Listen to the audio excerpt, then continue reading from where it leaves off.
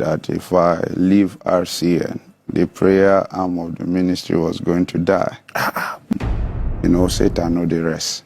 There were few persons that were not happy or comfortable with what the Lord was doing with us at that time. And we started hearing all kinds of stuff. And Satan also manipulated gossip, what was not said and all. It was terrible. It was both ways. They said, Mike said this, they say I said this, and Papa's ear were filled. Said Papa has cost us, giving us 5 years to die.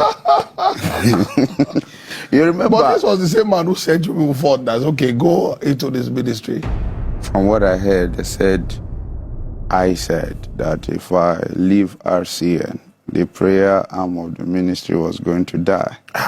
I know myself. I'm not that foolish to, you're not talkative, to make such utterance. I was in Casino when Apostle Michael called me and said Papa has released him, and he told him to tell me that I am also released.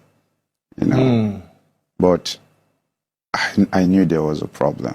I would ask you can choose to answer this or not, but I feel I should also ask this question because, at some point, it seemed as though we faced the trials that every son will face with his father, And this trial can either make or break. These trials can reveal who we truly are, whether we're truly, consider this person to truly be one who the Lord has revealed to you that this is the one you should follow in Christ, or this is the one that has bettered you. Because I remember those days when we began to connect, we knew that God had something for us. I remember when we first met, we first spoke on the phone first, we shared certain revelations, and then we met physically, I think through Michael. And then I remember when me and him first met, and Reverend Hughes and Ikoro, remember Ikoro, our friend, we first met. I think one night we all just converged in the tent there. And later, I think when I was done with my College of Education, I didn't graduate. As a Taliban. I scrapped. So I got back home, took my bag, and I told my parents, I'm leaving home, I'm going to tent, and that's where I'm going to be staying. My dad was not comfortable with it, obviously.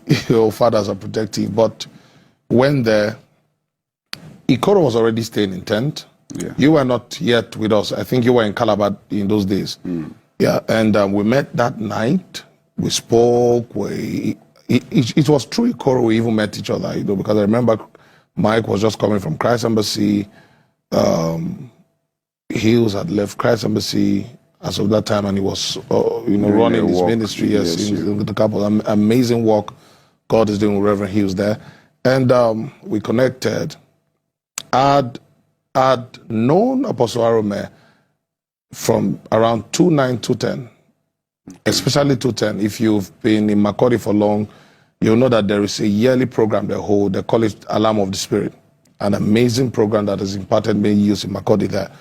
So I think 210. In fact, there are two programs we normally attend around that January. You have Alarm of the Spirit, and then you have School of Prophets in Change Community.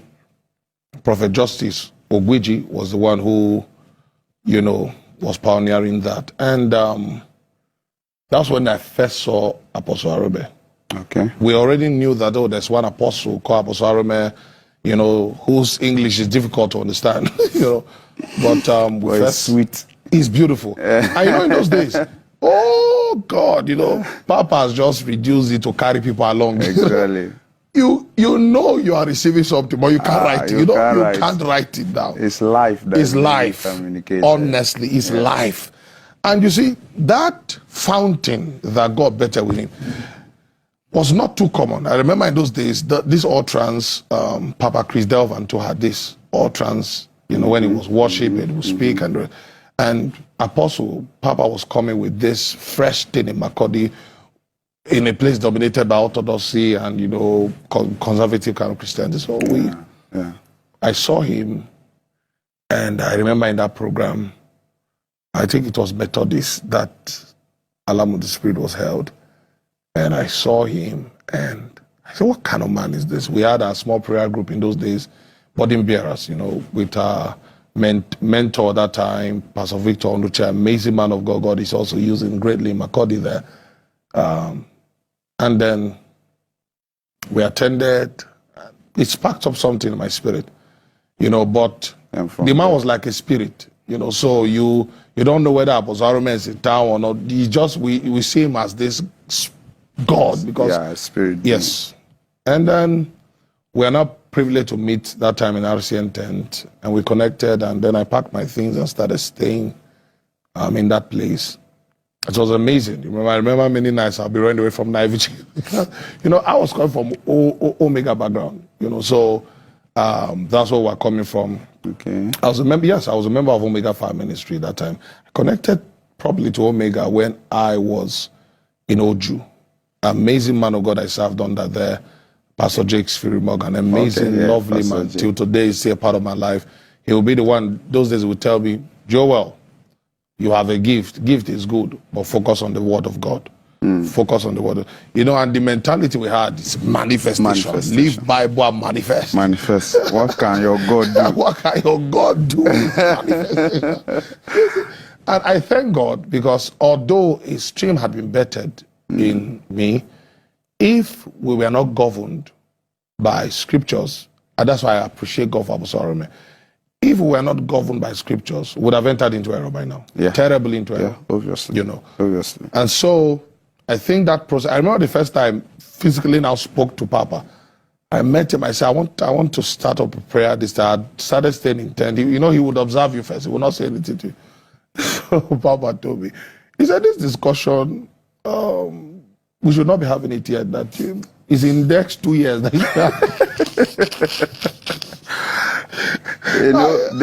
Sorry to cut you. Because I understood these principles when I came into Makodi, I never attempted to see. No one. He was the one that called for me when the time came. I stayed there for like 2 years. 2 years without any contact with him. It was my friend that motivated me. He said, go and ask him, go and tell him about the ministry. I went there. I said, I used to call my ministry God's Army Revival Ministry. So when he told me that, I was heartbroken. I said, okay, why did I even go and disturb? I said, as a youngster, but he was observing us, And amazing time we had. I need to say this before I ask the next question. Amazing time we had with Papa.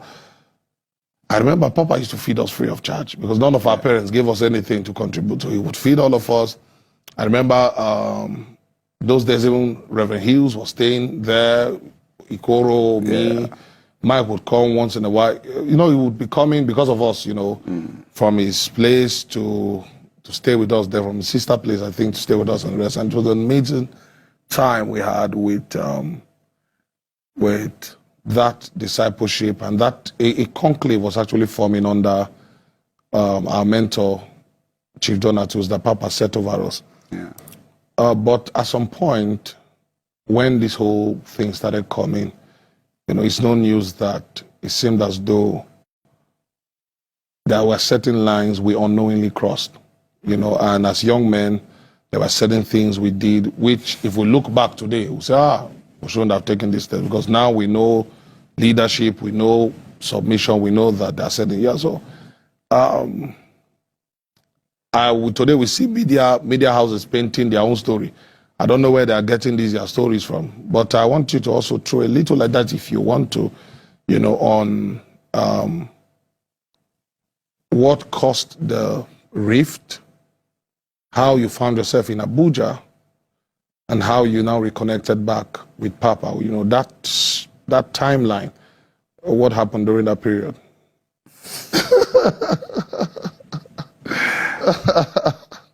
Prophet Joe. The captain. This thing, I've been quiet about it for the yes, past you've never 3 years. Thank you.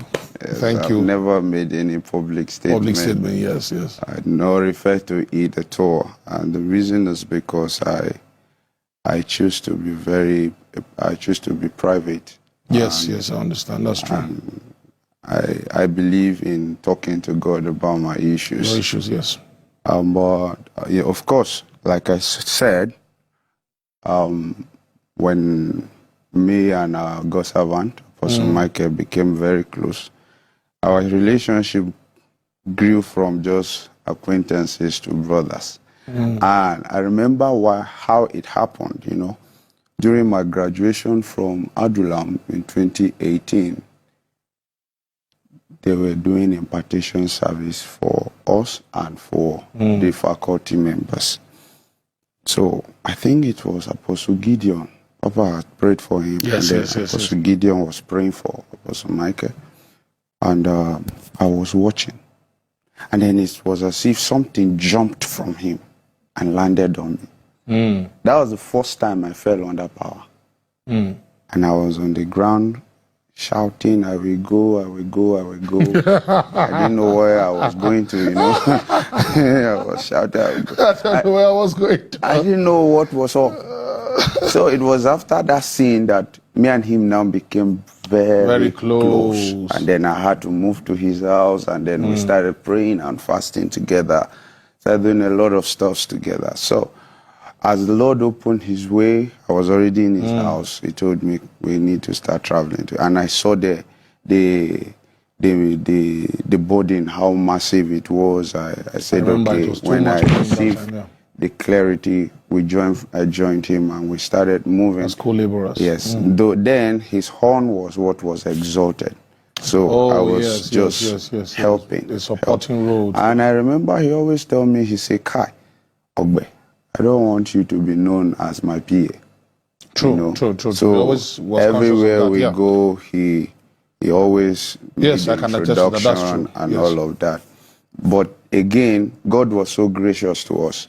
So one of his disciples, I think Owena Sunday, God spoke to him in Kano to relocate to Makurdi. Oh, that was what lessened the burden from you. Yeah, so when Owena came, Owena took over the job I was doing as organizing the meetings and all of that. True. And then I focused on the traveling. Some of the meetings he couldn't go. I went for him, and then your own personal started receiving invitation. That was how we started. But unfortunately for us, Satan know the rest. Satan That's a new slogan. Yes. Satan know the rest. Satan know the rest. Unfortunately for us, there were few persons that were not happy or comfortable with what the Lord was doing with us at that time, and we started hearing all kinds of stuff. And Satan also manipulated causes, what was not said and all. It was terrible. It was terrible. It was a terrible time, But I think it was in both ways. It was both ways. They said, Mike said this, they say I said this, and Papa's ear were filled with what? And you people too are hearing that those people also are saying things, and it was both. They said Papa has cost us, giving us 5 years to die. You remember? But this was the same man who said you people thought that, okay, go into this ministry. Yeah, no. At the initial phase, he released us into this youth ministry, campus invasion and all of that. Yes. But when they started coming back with negative feedback to him of what we were doing. But what type of things did you people hear, and how did you people verify that this? For instance, for me. Yeah, just speak about yourself. Yeah, for me, they told, from what I heard, I said that if I leave RCN, the prayer arm of the ministry was going to die. What you meant prayer then? Satan know the rest. Satan know the rest. I know myself. I'm not that foolish you're not talkative. To make such utterance. But of course, I might maybe jokingly or or not, you may not know. Exactly. So I had to take the responsibility. As a wise son. I was in Casina when Apostle Michael called me and said, Papa has released him, and he told him to tell me that I am also released. But I knew there was a problem. So Okay. I was ministering in Katsina. I left Katsina, flew down to Abuja, then moved to Makurdi. And I rushed down to Papa's house. Papa said he was not going to see me. I went like 3-4 times. He said he's not seeing me. So I became frustrated. And at this point, I just got a house, because the house where I and Mike were, we've gotten a lot of disciples that were coming. Anymore, Yes, Mike moved out. I was the one staying there. So the disciples were becoming much. So I also had to get another place. I remember you told me, you got an apartment. Yeah. I moved into that house 1 week. Only 1 week? I stayed there and that 1 week I spent it in dry fast. Okay. Because at this point I was confused on what to do. Papa was not willing to see me, was not willing to hear my own side of the story.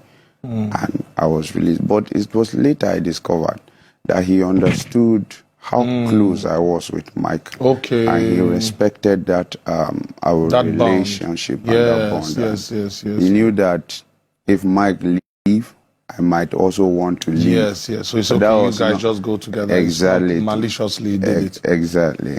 Wow. But I wasn't comfortable in my spirit. So I went into the closet and I spent like 7 days in dry fast, asking the Lord what to do. On the 4th day, the Lord showed me a vision. I saw a quick vision of myself praying at Glory Dome. So the Holy Spirit told me, go to Abuja and be praying there for now. That was how. You remember I called you? Yes, I remember, yeah. And I said, oh boy, it's like God said, make they come Abuja. I said, oh boy, come here. It wasn't an easy decision. No. And that was how I came around. And I was praying. I obeyed what he said. But leaving Gwarimpa to Glory Dome wasn't easy. At all. I was driving there every day. And then the security structure there didn't make what I really wanted. That's true. So that made me even believe that maybe God wanted me to submit to the patriarch.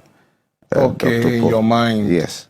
Because I saw him in visions and all of that. And I was granted access. I actually saw him when Daddy was not responding to me again. So I knew I needed to quickly hide my head somewhere. But to chip in something, a lot of people don't know that when we have these issues with our spiritual father, sometimes it's actually a trial of sonship. Yeah. If I knew the things I know now, there are certain hasty decisions one would have not taken, no matter what. One thing I would like to say, men, elder brothers like Reverend Okpore and elders like Evangelist Ikechukwu Peters, they spoke to me. They told me that no matter what, I should stay and I shouldn't move yet. Let them see how they can pacify Papa. Yes. But I told them that, Kai, at this level, I don't think Papa will trust me. If I'm to continue to stay, I will be paying a price too heavy for me to pay, because I will now be forced to begin to do things to win his loyalty, to show him that I'm and that's loyal. not how we are taught to serve. Exactly. And then I will be forced to be living a pretentious life. It will be eye service. Eye service. So I observe it as in. So when the Lord gave me the option of coming over to Abuja to pray, I was happy. It was in that prayer season that Apostle Michael reached out to me. He said he has received clearance to start his ministry. And since this is what we are facing, he doesn't think we should go our separate way yet. That I should, if God has not given me go ahead to start my work, I should join him. Let's build this ministry he was about to start. Okay. So join him as an assistant, or? It's just to support what he was. As a friend, since you're already on ground. Yes, exactly. And it was a clear discussion. He told me, anytime I feel it's time to move. Okay, you can now go on your way. Okay. We give the support. And that was exactly what we did. That period I was jumping in my parlor, telling people you are fake. And when we started, the Lord showed us mercy, amazing work God is doing with him now. Yeah. But I saw the glory that was coming, the affluence, in the place of prayer. I saw everything. It was so clear. So I knew that if this thing should hit me here, I might not be willing to go and start this labor I'm laboring. But, and then twice, when the thing became glaring, after we started for like 6-8 months, that it was time for me to step aside. I remember you told me, yes. I told him. He felt it wasn't time. So he said it's not time, that I should reach out. He now called our elder. An elder said, Kai, say it's not time. I said, okay. So we died the matter. You sacrificed a lot too. Yes, wow. And we continued. But after like a month or two, it became very obvious. So I had to tell him again, I said, bro, this thing, man, I still did get a more. He said, that means this time around it must be the Lord, that if that's the case, it is good to jump in while the water is still being stirred. And that no problem, the church was going to pray for me and bless me so that I would go ahead and do. Which they did. And that was how I left and started this work. But this time we are still operating, we are not yet reconnected back to Papa. When I knew that it was time to leave, I knew that the Lord, every night, in fact, I told Mike, every night I will see Papa. Yeah, I remember you were traveling with us. Every night I will see Papa. I will see myself lying down. I will see myself kneeling down. I see myself on the altar crying. For Papa. It was terrible. I said, who is praying this prayer on my head? Go back to your father. I said, boy, see what did happen. He said, Kai, it's like God is trying to heal my heart of bitterness. And as an intercessor, you can't keep grudges. Anybody who is in the business of prayer, you can't keep grudges. You can't keep so bitterness. That was not really it, yes. That was not I've never known you to be a bitter person. No. So I say that he should pray about it and let me know what he thinks. So it was later he wrote to me and told me that he thinks that since the Lord is steering me towards starting this work, I should reach out to Papa and let him know. Try to make peace and all of that. But at that time, I have already written to Papa based on what I was feeling. Okay. And that was when Papa said, this is your letter. 10 years. Our father. I said, Daddy, please. I didn't even understand it then. I was like, what exactly did I do that is unforgivable, I never knew. That was when wisdom ministered to me. You don't write letters to fathers. You don't write letters to elders. Go back. That's true. You must have received a message from a lot of people that want to submit to you. Yes. No, I don't take it serious. You will not take them serious. Yes, you have to come. If you are serious, you'll come. You'll come. That's true. And that was the picture that came to me, and I had to travel down to Makoti. And I was amazed when Daddy saw me. You're welcome. He welcomed me. Do you know that I started hearing that some people are describing our father and the Lord as bitter and jealous, and they don't know the man. God have mercy. They don't know the man. You see, I want to say this to our brethren watching. Please, we are believers, we are brethren, we are Christians.